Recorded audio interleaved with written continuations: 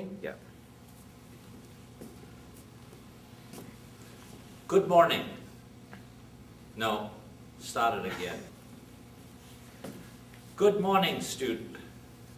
No. Good day. Students of ESTSM, EST.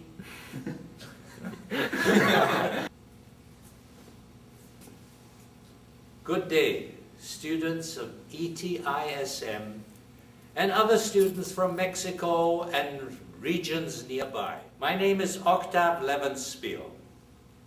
I am a retired professor of chemical engineering at Oregon State University. Around December, or around the new year, I found that I was getting very tired.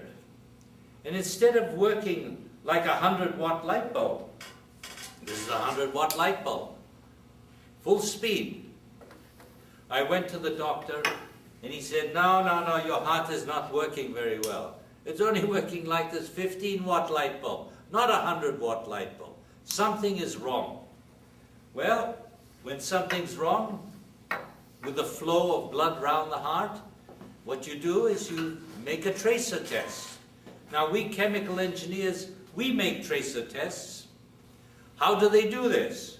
Well, what they do is they take something like this, they cut you here, right there, here, and they put it in. They push it in here, and it goes up and up and up and up, and finally it comes out up here. Where is it? Somewhere around here. There it is. It comes up here, round the heart. And then what they do is they put some tracer, maybe red wine, maybe blue ink, I don't know. They have a tracer, and they put the tracer in at the bottom, right here, and they take an X-ray, and they see what happens in your heart. And what they find out, they were very interested, they said, that's very interesting, because what happens is, you have a heart that's about this big, 1,500 grams. And round the heart, you have 4 arteries which feed the heart. They feed the heart and make the heart work. And it turns out that some of these arteries were blocked. They didn't allow the blood to go through. Here's one that was 40% blocked. That's no good.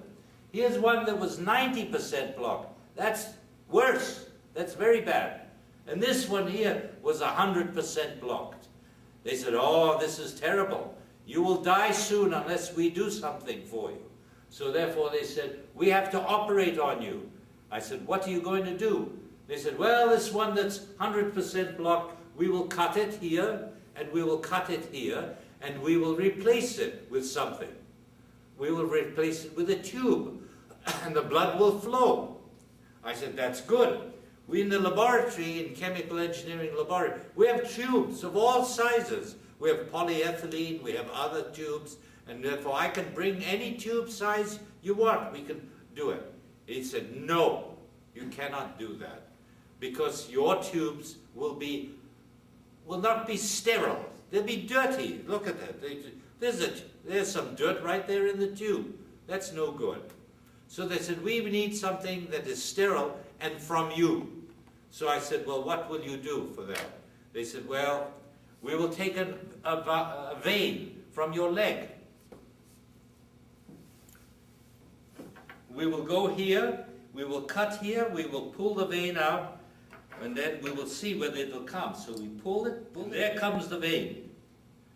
Right, there it is. They've got the vein, and it's come out. So there's the vein, and they said, we will use this to do, and the vein they put in here was like this. They put it here, and they put it here, and it turns out they made it too short. They should have had a longer one. So they went back, and they got a longer one, they cut it like that, and then they put it in here. Then they had to sew it up. How do you join it? We have flanges in chemical engineering.